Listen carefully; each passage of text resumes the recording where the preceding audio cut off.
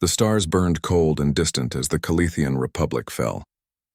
Ambassador Kale stood in the command center of the orbital station, watching his homeworld burn beneath him. Green continents that had known peace for 3,000 years now glowed with the orange light of burning cities. The Vrexian dominion had come without warning, without mercy, and without end. "Ambassador, the planetary defense grid is down," reported Commander Thera, her violet skin pale with fear. 80% of our fleet is destroyed. They're landing ground forces in the capital."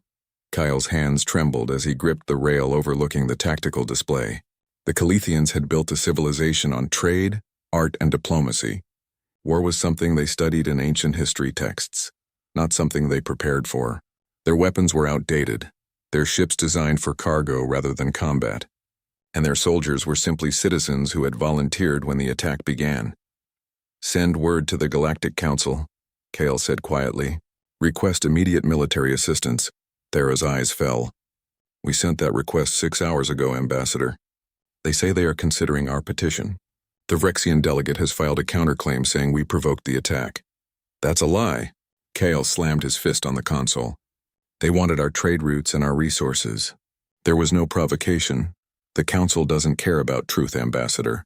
You know this. They care about stability and not upsetting powerful members." Kyle did know this. He had spent 20 years as a diplomat, navigating the complex politics of the Galactic Council. The Council valued order above justice, consensus above courage. They would debate his people's extinction for weeks before deciding it was too complicated to intervene. "Then we use the old ways," Kyle said. He walked to a secured terminal and entered his authorization codes. A hidden panel slid open, revealing an ancient device covered in dust. "The emergency beacon." Thera's eyes widened. "Ambassador, that hasn't been used in 4,000 years.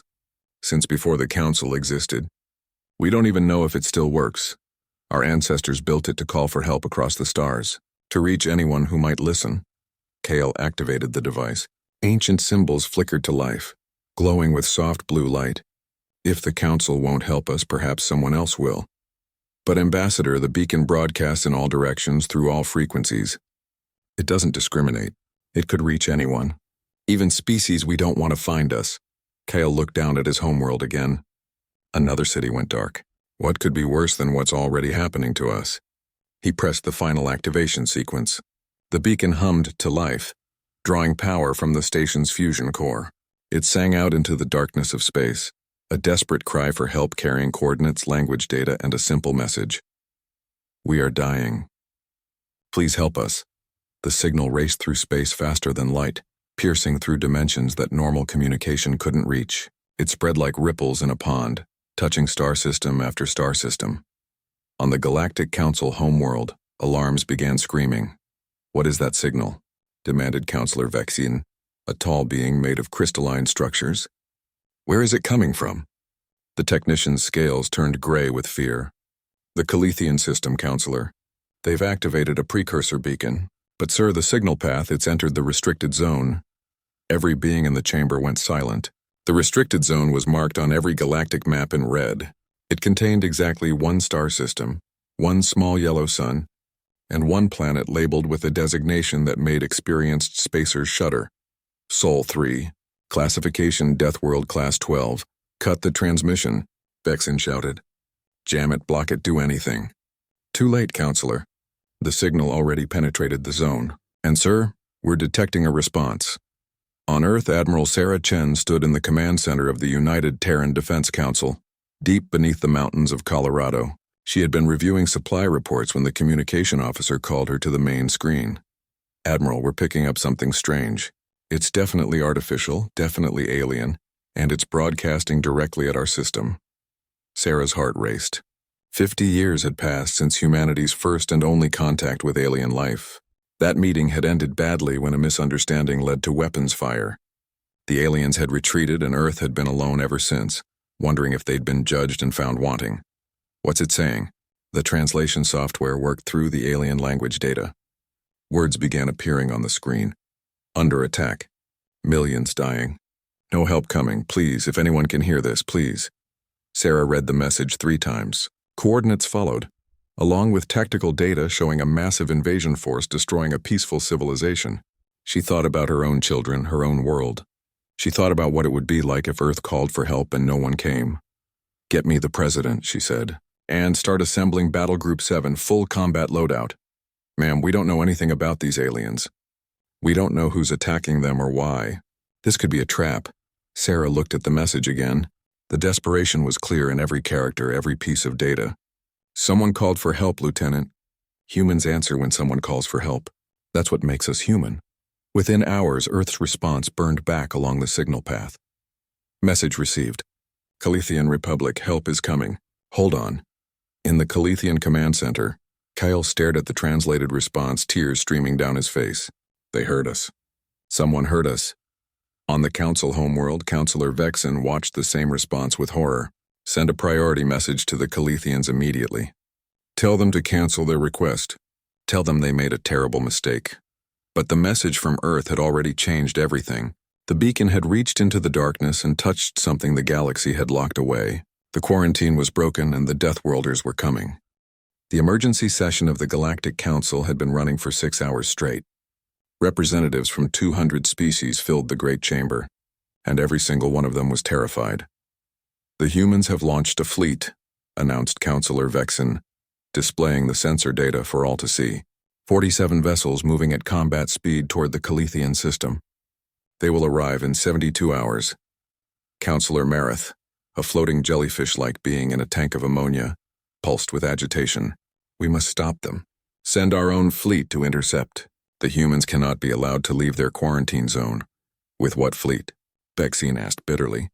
"The Council's peacekeeping force has 12 ships total, designed for patrol duty and showing the flag at ceremonies.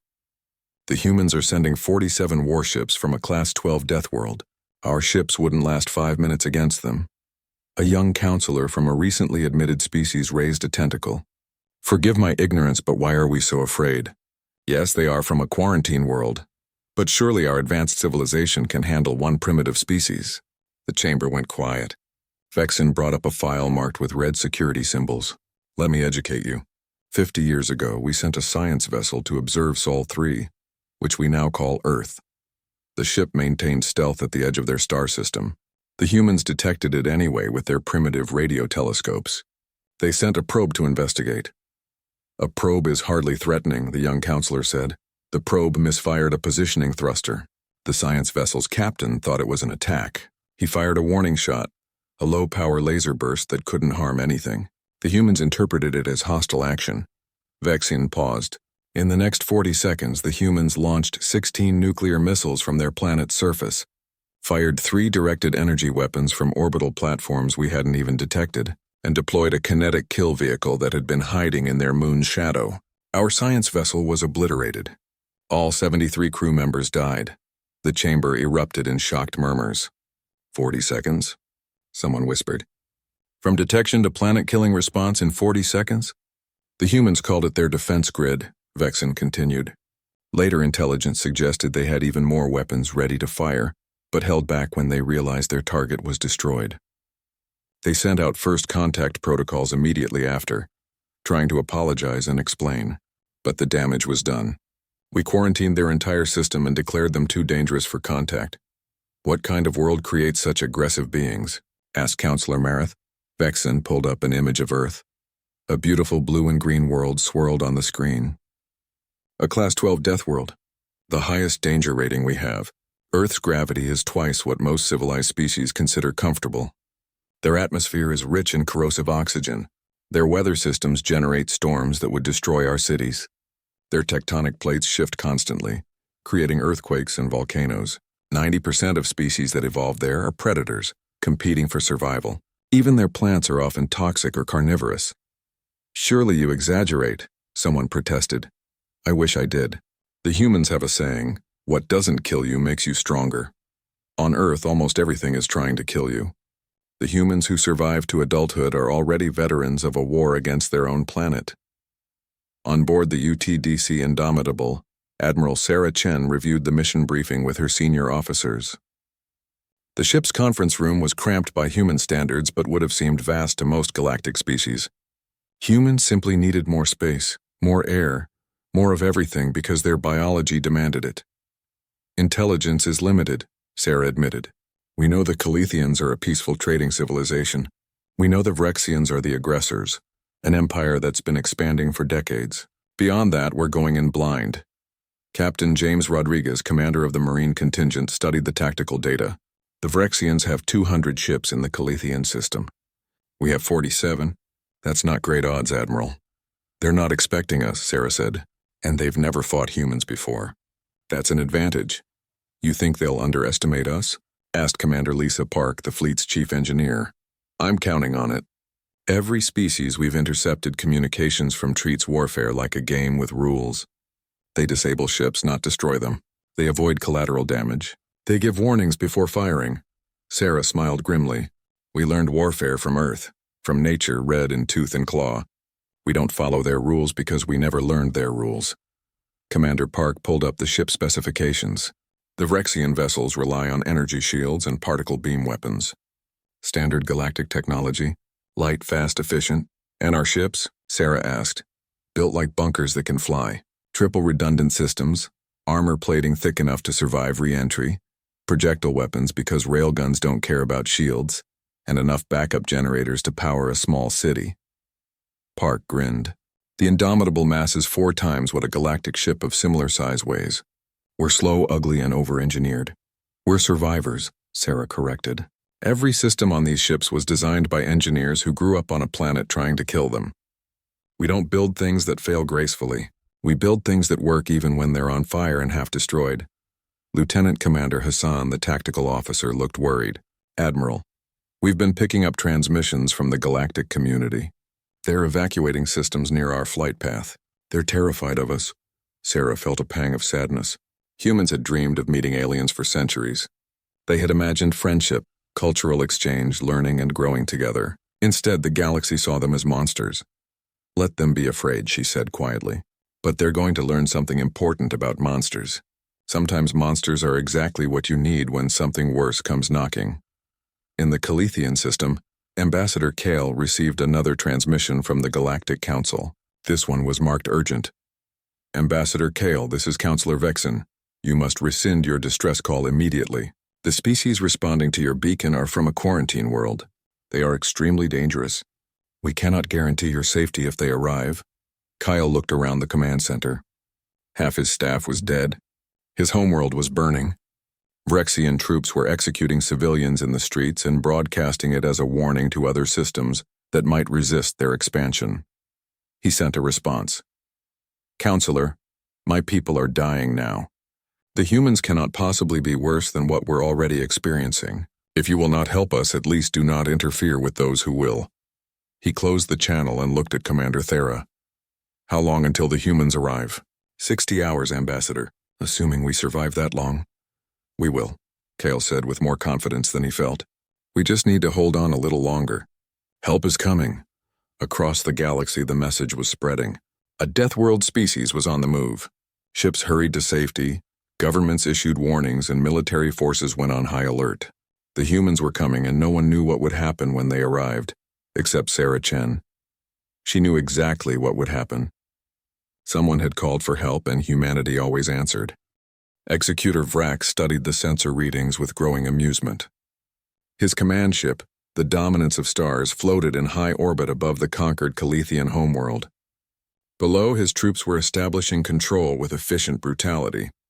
The resistance had collapsed within days, as expected. The Calithians had been sheep pretending to be warriors. Commander, we're detecting spatial distortions at the system's edge, reported his sensor officer. Multiple contacts incoming. The Galactic Council finally decided to notice us? Vrax asked lazily. He had been expecting some token protest from the Council, maybe a stern message demanding he withdraw. As if words could stop the inevitable expansion of the Dominion. No, sir. The signatures don't match any known Council vessel.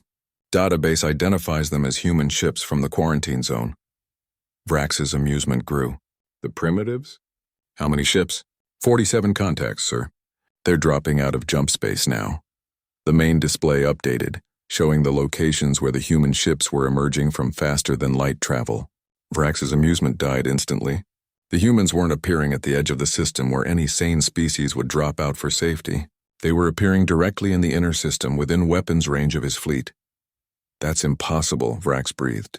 The gravitational stress would tear their ships apart.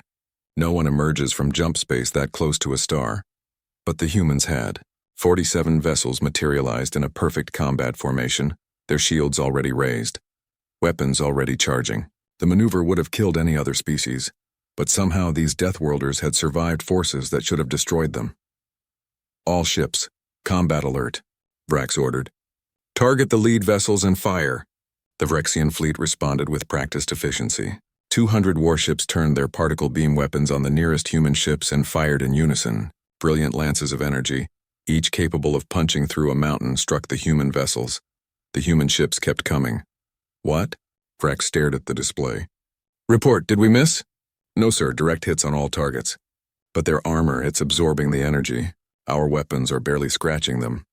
Admiral Sarah Chen watched the Vrexian attack from the bridge of the Indomitable. The ship shuddered as particle beams struck the hull, but the damage reports were minimal. Hull temperature rising in sectors 7 through 12, reported Commander Park. Nothing critical. Armor is holding. Sarah had known it would. Human ships were built to survive re-entry through Earth's thick atmosphere at orbital speeds. They were designed to operate in radiation fields that would cook other species. The Vrexian weapons were powerful, but they were designed to fight ships with energy shields and light armor. Against human engineering, they were nearly useless. Return fire, Sarah ordered calmly. Railguns spread pattern. Let's see how their shields handle kinetic energy. The Indomitable's main railgun fired. A tungsten rod the size of a telephone pole accelerated to a significant fraction of light speed in less than a second. It crossed the distance to the nearest Vrexian ship in a heartbeat. The Vrexian shields, designed to deflect energy weapons and charged particles, had no answer for solid matter moving at relativistic speeds.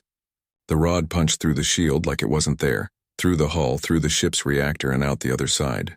The Vrexian vessel exploded in a flash of fusion fire. Across the human fleet, 47 railguns spoke as one. 47 Vrexian ships died in the first salvo. Impossible, Vrax screamed. One shot? They destroyed our ships with one shot? Sir, their weapons are primitive kinetic accelerators. But the mass and velocity, they're generating impact forces that our shields can't deflect. We need to adjust our defensive formation. But the humans weren't giving them time. Sarah's fleet moved forward at full thrust, closing the distance. In the vacuum of space, human fusion drives burned bright and angry, pushing the heavy ships forward with brutal acceleration. Launch fighters, Vrax ordered. Overwhelm them with numbers. Thousands of small Vrexian fighters poured from carrier vessels, swarming toward the human fleet like angry insects. They moved with grace and speed, dodging between firing lanes and coordinating their attacks with perfect precision. Captain Rodriguez watched the fighters approach and grinned. Admiral requesting permission to deploy Marines. Permission granted, Captain. Show them how boarding actions work. The human ships fired a different kind of weapon. Hundreds of small pods launched from the fleet, each containing a single human Marine in powered armor. The pods used minimal guidance, just cold gas thrusters and the Marine's own reactions. To the Vrexians, it looked like suicide. The fighters opened fire on the pods, destroying dozens. But hundreds more got through. Impossible to track and target individually. They slammed into Vrexian capital ships at high speed, magnetic clamps engaging to hold them to the hull. Sir, they're attaching to our ships, the sensor officer reported in confusion. What are they doing? The Marines used plasma cutters to burn through hull plating, then crawled inside like parasites entering a host. Within minutes, Vrexian ships began reporting intruders on board, attacking critical systems and fighting hand-to-hand with security forces. One Marine, Sergeant Maria Santos, found herself facing 6 Vrexian soldiers in a corridor. The Vrexians were tall and strong by galactic standards, armed with energy weapons. They opened fire confidently. Maria's armor absorbed the shots. She crossed the distance in 3 strides, moving with speed no one her size should possess. She struck the first Vrexian with a powered fist, sending him flying into a bulkhead. The second tried to retreat, but she grabbed him by the arm and threw him into his companions. The remaining 3 stared in shock. Surrender, Maria said through her helmet speakers, her voice distorted and menacing. I don't want to hurt you more than necessary. They surrendered. Executor Vrax realized his fleet was being dismantled. The humans fought with a ferocity and ruthlessness he had never encountered. They didn't follow the standard rules of engagement. They didn't give warnings. They didn't focus on disabling ships humanely. They just attacked with overwhelming force, expecting victory and accepting nothing less. All ships retreat, Vrax ordered. Jump to secondary rally point. His fleet began to disengage, trying to create distance for jump space entry, but Admiral Chen had anticipated this. Broadcast on all frequencies, Sarah ordered. Let everyone hear this. She activated the comm channel herself. Her voice, hard and cold, echoed across the system. Attention, Vrexian fleet. You attacked people who called for help. You killed civilians. You thought you could do this without consequences. You were wrong. There will be no retreat. There will be no escape. Surrender now or be destroyed. Vrax felt something he hadn't experienced in decades. Genuine fear. Who do they think they are? Sir, multiple human ships are positioning themselves between us and the jump points. They're blocking our escape routes. Then we fight through them. But the Vrexian fleet had already lost a quarter of its ships. The human vessels were damaged but still fighting, their redundant systems keeping weapons operational even when half the ship was destroyed. And the Marines were still inside Vrexian ships wreaking havoc. One by one, Vrexian captains began to surrender. Sarah had her ships disable their drives but otherwise let them live. She took prisoners, treated their wounded, and showed mercy to those who yielded. Vrax watched his fleet collapse around him. The humans had shattered in one engagement what had taken him months to build, and they had done it with a smaller force, outdated technology, and impossible tactics. Signal our surrender, Vrax said quietly. This battle is over. On the Calithian orbital station, Ambassador Kale watched the battle with tears streaming down his face. The humans had arrived, fought against impossible odds, and won. More than that, they had kept their promise. Help had come. Get me a comm channel to the human flagship, Kale said. I need to thank them. Admiral Sarah Chen's face appeared on the screen. She looked tired but satisfied. Ambassador Kale, I presume? Yes, Admiral. I don't know how to thank you. You saved my people. Sarah smiled slightly. You called for help, Ambassador. Where we come from, you answer when someone calls for help. That's what makes us human. The galaxy fears you, Kale said softly. But I think they fear the wrong thing. What do you mean? They fear your strength. But they should fear what happens when people ignore cries for help. That's the real danger. Kale looked at the human admiral with newfound respect. Thank you, Admiral Chen. Thank you for hearing us. The Galactic Council chamber had never been so tense. Counselor Vexen stood at the central podium, displaying footage from the Battle of Kaleth on screens visible to all 200 member species. The images showed human ships tearing through Vrexian forces with brutal efficiency. They showed Marines boarding enemy vessels in individual drop pods. They showed a style of warfare the galaxy hadn't witnessed in thousands of years. This is unacceptable, declared Counselor Mareth, their tank bubbling with agitation. The humans have emerged from quarantine and engaged in military action without council authorization. They must be ordered to withdraw immediately and return to their system. And if they refuse? Asked a counselor from the Rim worlds. Who will enforce this order? Silence. Everyone had seen what happened to the Vrexian fleet. No one wanted to face human weapons. Perhaps we should consider dialogue instead of demands, suggested Counselor Therex, a diplomatic species known for moderation. The humans did respond to a legitimate distress call that we chose to ignore. They acted when we did not. They violated the quarantine, Vexen insisted. The quarantine exists for good reason. The humans are dangerous. The Vrexians were dangerous too, Therex countered. They had been conquering systems for years while we debated and did nothing. At least the humans stopped them. The chamber erupted in argument. Species from the core worlds demanded the humans be contained. Species from the Rim worlds, who had suffered from aggressive neighbors while the council watched passively, were less certain. Some even quietly cheered that someone had finally stood up to the Vrexian dominion. In the Calethian system, Admiral Sarah Chen faced a different kind of battle. Her engineers were working alongside Calethian technicians to repair damaged infrastructure. Human medical teams were treating wounded civilians, and her Marines were helping maintain order on the ground. The cultural differences were immediately apparent. Calethian buildings were light and airy, designed for their lower gravity and peaceful society. Human equipment looked bulky and excessive by comparison. Even simple things like doorways were a problem. Humans had to duck to fit through spaces the Calethians considered normal. It's like they built everything out of tissue paper, commented Commander Park, examining a Calethian power relay. This housing wouldn't survive a stiff breeze on Earth. They never needed it to, Sarah replied. Their world doesn't try to kill them daily. They could focus on art and beauty instead of survival. Ambassador Kale approached, accompanied by a Calithian engineer. Admiral, I wanted to introduce you to Master Builder Soren. He's been coordinating with your engineering teams. The Calithian engineer looked exhausted but fascinated. Admiral Chen, your technology is remarkable. Primitive by council standards, yes, but so robust. I watched your engineers repair a fusion conduit using hand tools and sheer determination. It should have been impossible, Sarah smiled. We learned to fix things under pressure. On Earth, if your equipment fails, you might die. So we build equipment that doesn't fail, and we learn to repair it when it does anyway. I would like to visit your world someday, Soren said wistfully, though I'm told the gravity alone would kill me. We have habitats designed for lower gravity species, Sarah assured him. You'd be welcome, a communication officer interrupted. Admiral, we're receiving a transmission from the Galactic Council. They're demanding we withdraw from Calithian space and return to the Sol system immediately. Sarah read the message carefully. It was full of diplomatic language, but the core message was clear.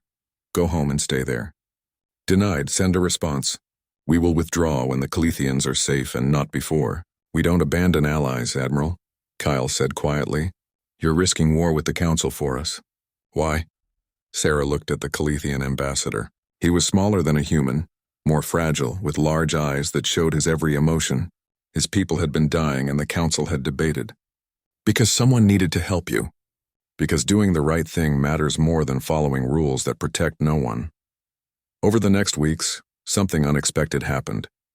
Other species began sending distress signals toward Earth. A mining colony under pirate attack. A trade station threatened by raiders. Small world facing famine after their supply lines were cut by territorial disputes. Each time the Council debated and delayed, the humans responded. Sarah found herself commanding a growing fleet as Earth sent reinforcements. Human ships began patrolling the outer rim, protecting species the Council had forgotten. And everywhere they went, the response was the same. Fear at first, then gratitude, then respect. On Earth, the President addressed the United Nations. We have a choice to make. The galaxy fears us. They see us as dangerous primitives, but those who we've helped see us differently. They see us as protectors, as friends. I propose we embrace this role. Let Earth be the shield for those who cannot defend themselves. The vote was unanimous. Earth would not return to isolation. In a detention facility on the Indomitable, Executor Varax sat in a cell designed for humans.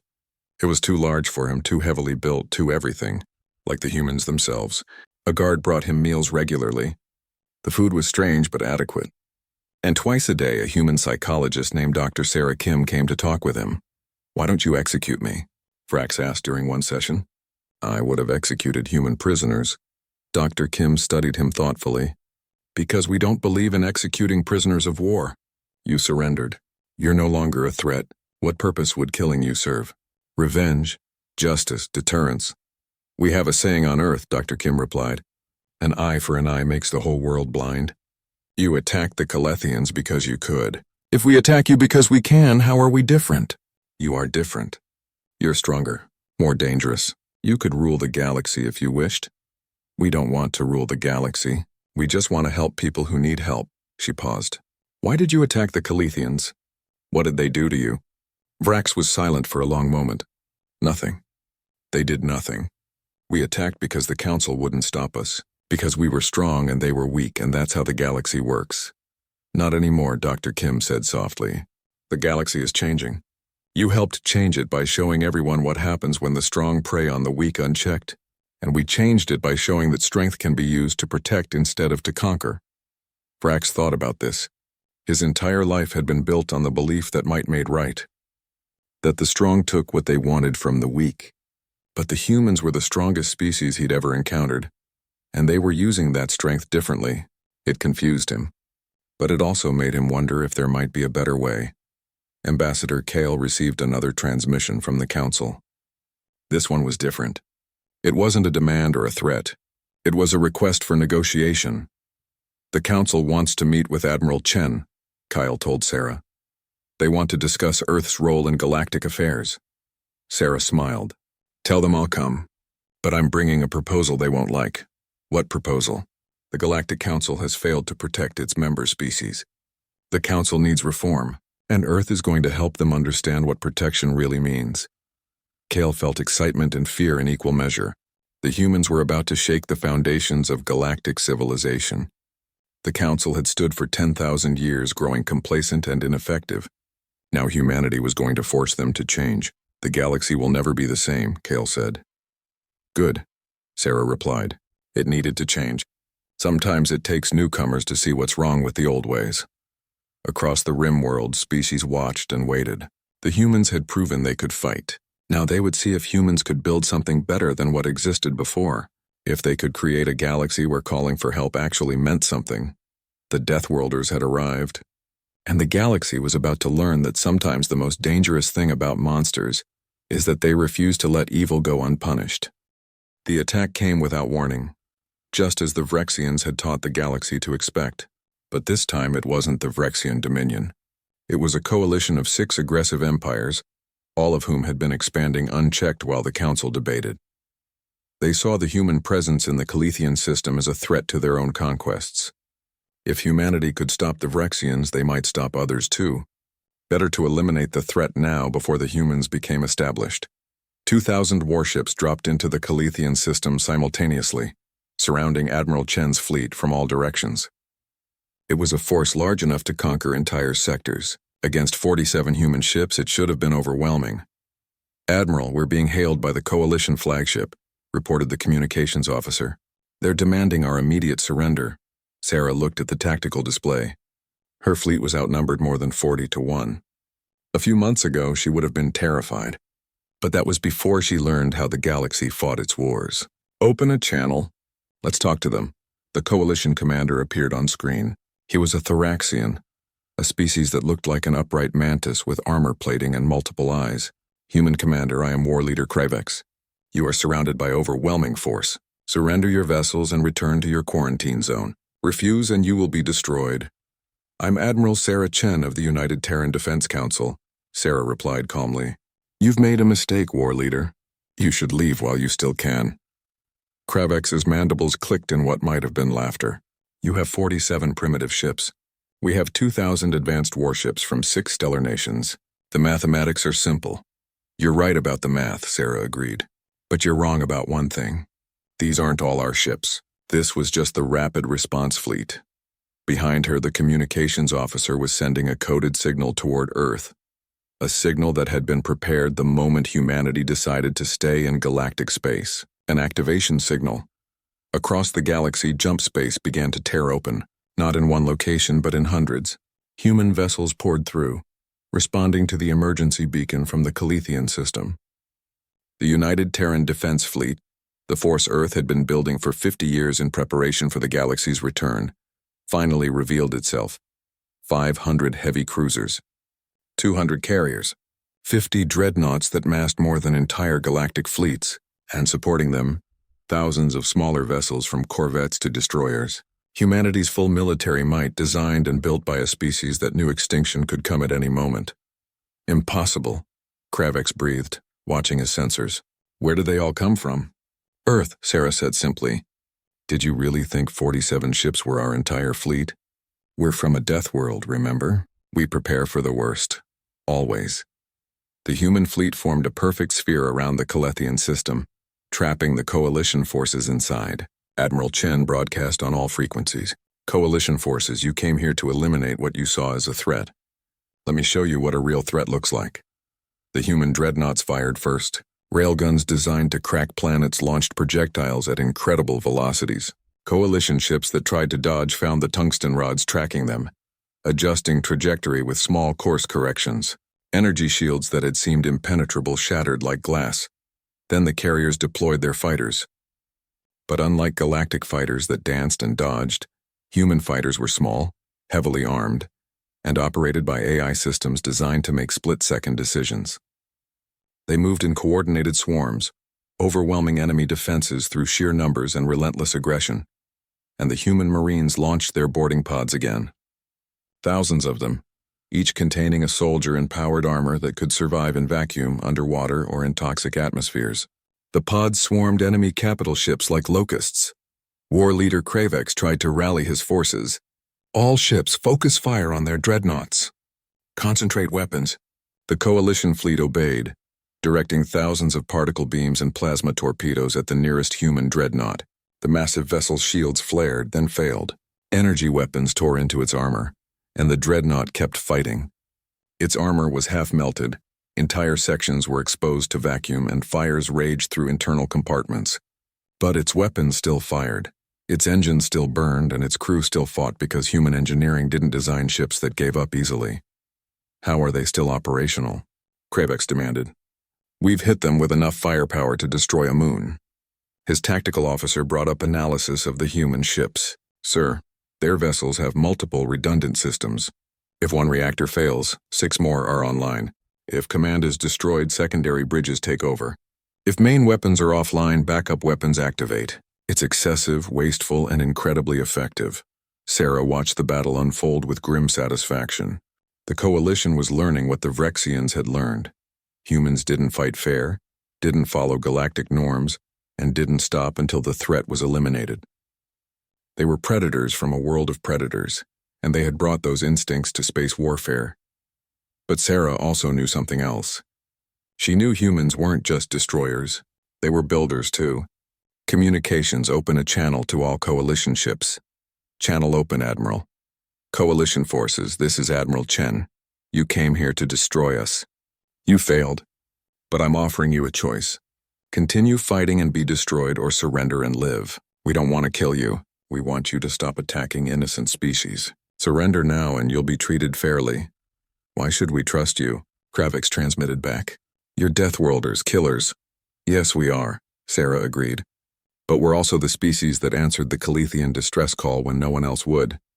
We're the species currently protecting a dozen systems that the Council abandoned. We kill when we must, but we prefer to protect. The choice is yours. One by one, coalition ships began to surrender. Not all of them. Some fought until they were destroyed, too proud or too afraid to yield. But most surrendered, and Sarah was true to her word. Human ships disabled their drives but didn't destroy them. Human Marines took their crews prisoner but treated them well. And human medical teams even helped repair the most damaged vessels so their crews wouldn't die in space. Ambassador Kale watched the battle from the orbital station, stunned by the scale of what he was witnessing. The humans had revealed military power far beyond anything the galaxy suspected. They could have conquered the Council worlds if they wanted. Instead, they were using that power to defend others. They really are different, Kale said to Commander Thera. They could rule us all, but they choose not to. Perhaps that's why they should rule, Thera replied thoughtfully.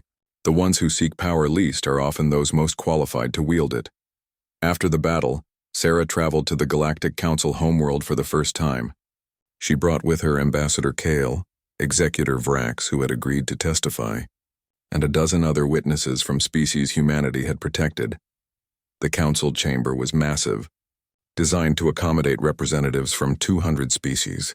Sarah stood at the central podium, aware that billions across the galaxy were watching this moment. Counselor Vexen spoke first. Admiral Chen, humanity has demonstrated considerable military power, but power alone does not grant you authority in council matters. What gives you the right to dictate changes to a system that has existed for 10,000 years? Sarah looked at the council, at species who lived in comfort and safety while others suffered. The right of those who answer when others call for help. The right of those who stand between the weak and the strong. You ask what gives us authority? I ask what gave you the right to ignore the Calithians when they called for help? What gave you the right to debate while they died? The council must consider all perspectives, Vexian protested. Hasty action leads to worse problems. Your inaction led to worse problems. The Vrexians, the coalition that just attacked, the pirates raiding the rim worlds.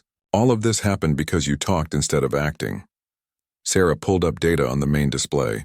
In the past century, 43 species have gone extinct or been conquered while under council protection. Protection that never came. The chamber went silent. Sarah continued.